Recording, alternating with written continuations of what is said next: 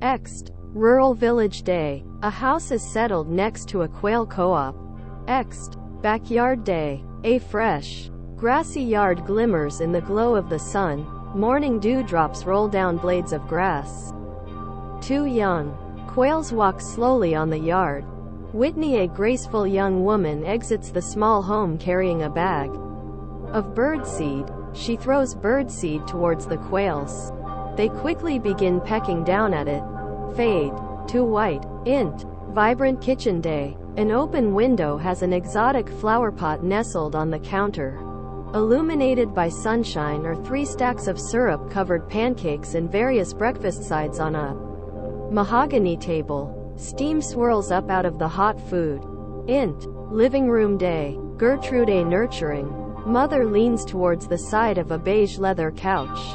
Charlie, her resting husband, lay covered up in front of her. Gertrude. Whisper. Charlie, breakfast is ready. Charlie. Sore throat. Good morning. Gertrude. Are you hungry? Charlie. No, I'm not feeling good.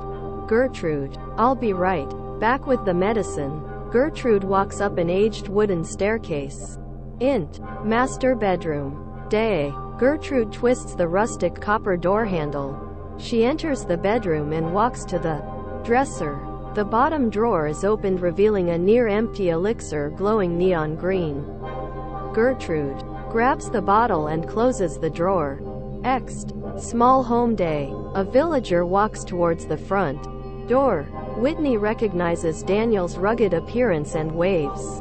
Whitney. Outside voice. Daniel. I'll come around. Daniel. Good morning, Whitney.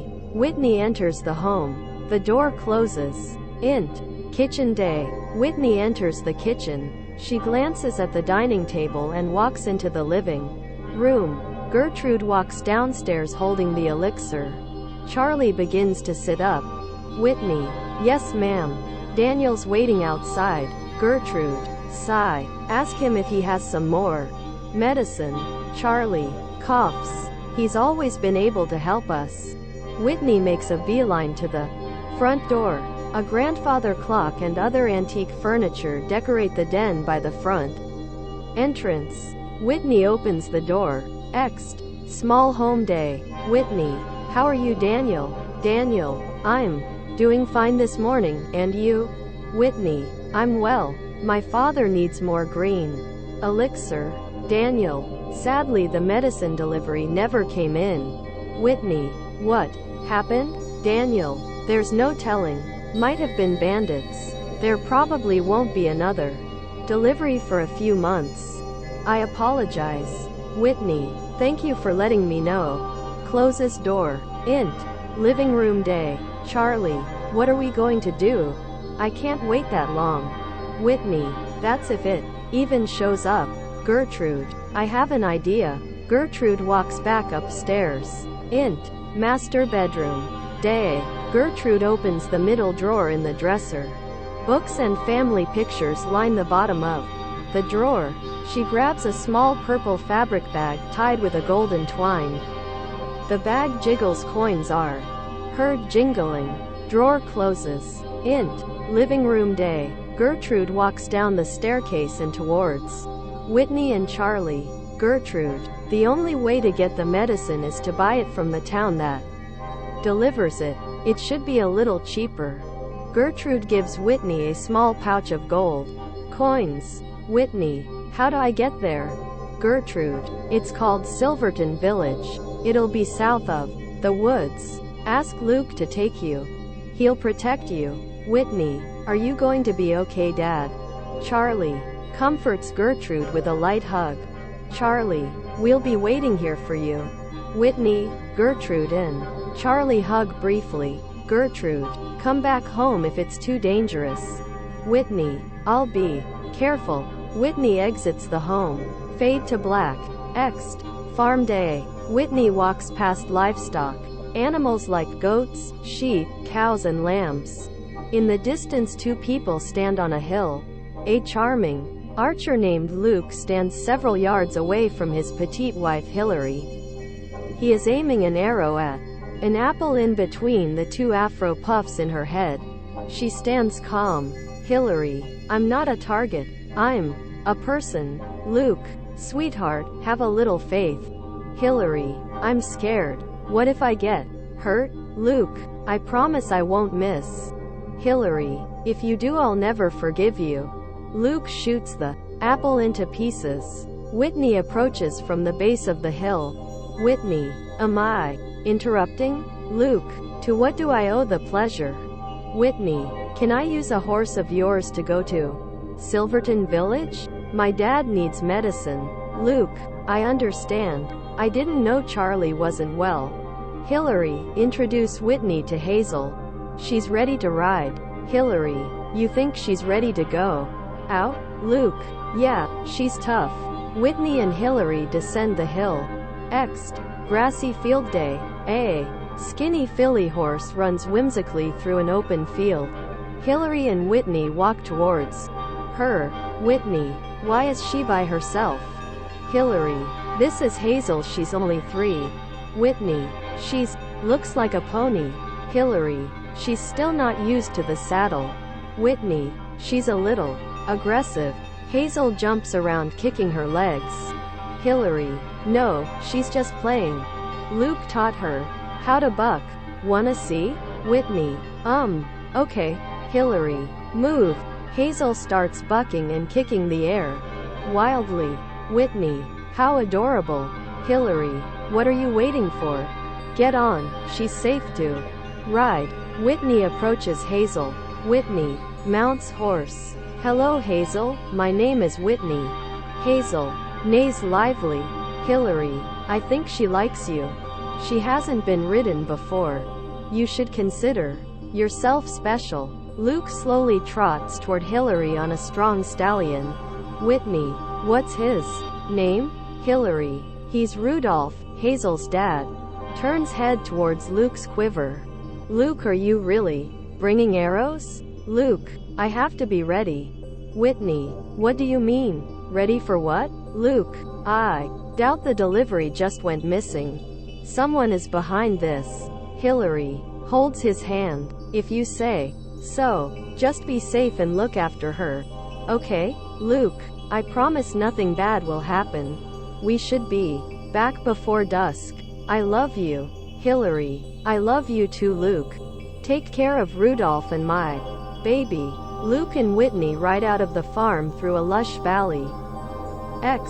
Humid swamp day. Whitney notices a sparkling stone in the distance grounded between cargo miscellaneous. She steers Hazel towards the debris. Luke follows. Whitney gets down from Hazel and grabs the turquoise gem. It glows. Luke must have fell from the shipment. Whitney, it's jade. What's it doing with a medicine delivery? Luke picks up a dagger from the debris. Looks like bandits. Whitney, should we go back? Luke, no, I don't know who did this, but they're long gone now. They ride off deeper into the woods. Luke trails behind. Whitney, we're almost there. Luke, slow down. Whitney, can Rudolph not keep up with Hazel? The horses splash by a stream running through a small campsite with a put-out campfire. Trees rustle in the distance.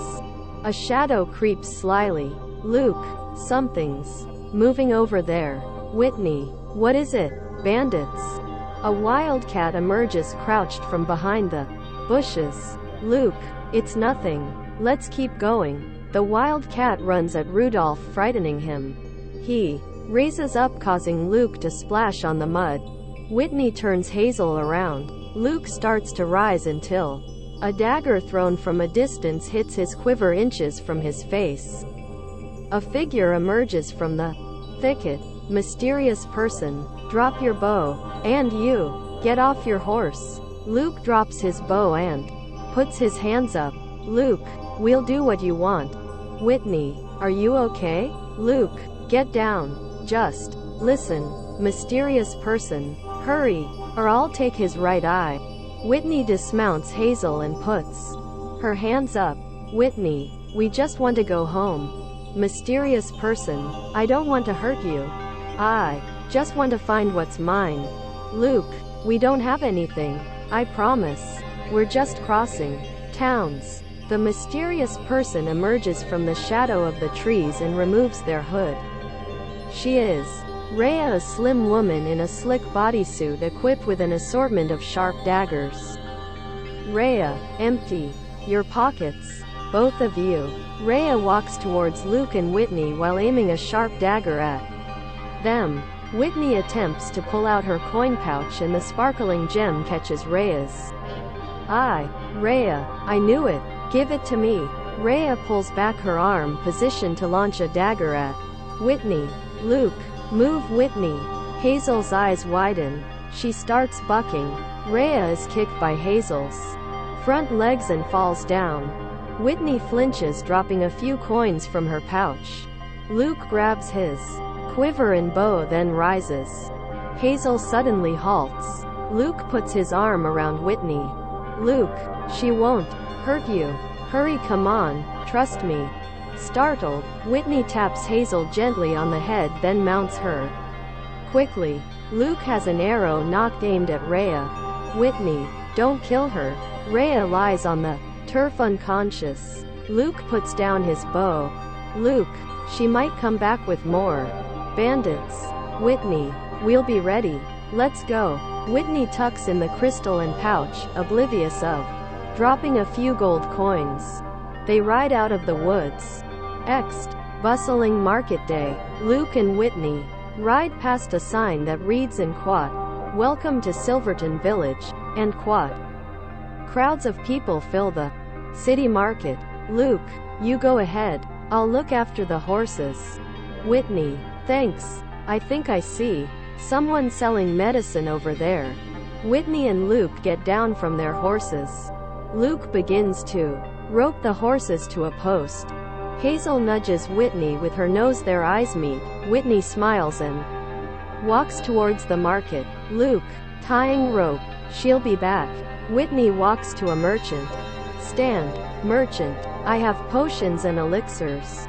Whitney, do you have anything for fevers? Merchant, yes I do. I made this today. Hands her a corked bottle. Whitney, this is perfect. How much is it? Merchant, 10 pieces. Whitney empties her pouch. There are 7 gold coins. Whitney, wait. She pulls out the jade gem. Can I get anything for this? Merchant, it's worthless. That's serpentine. Pulls out an identical stone. Whitney, why was it with the delivery? Cut to shots of Silverton Village scenery. Silverton Village Day. Continue village scenery through the dialogue. Merchant, the jeweler only transports real jade after the medicine is delivered, preventing burglars from tracking it. Bustling mark day. Whitney, here, I can't afford this. Offers bottle back. Merchant, keep it. Hold on to the serpentine too, it has healing properties. Whitney, thank you. Earlier, I ran into someone expecting that jewelry delivery. Merchant, too bad. I hope they get something for their trouble. Slow fade to swamp. Humid swamp day. Rhea regains consciousness and stands up. Rhea rubs head. What happened? She examines the ground where she had fallen earlier. She sees 3 gold coins. Picks one up and holds them up to the sunlight. Eureka! Light from the coin gleams. Grassy plains day. A vibrant red-orange sun slowly sets. The heat causes the horizon to be slightly distorted. Whitney and Luke's silhouettes begins to faintly appear in the distance, growing as they riding on their horses. They pass by, causing dust clouds beneath their hoofs. The end.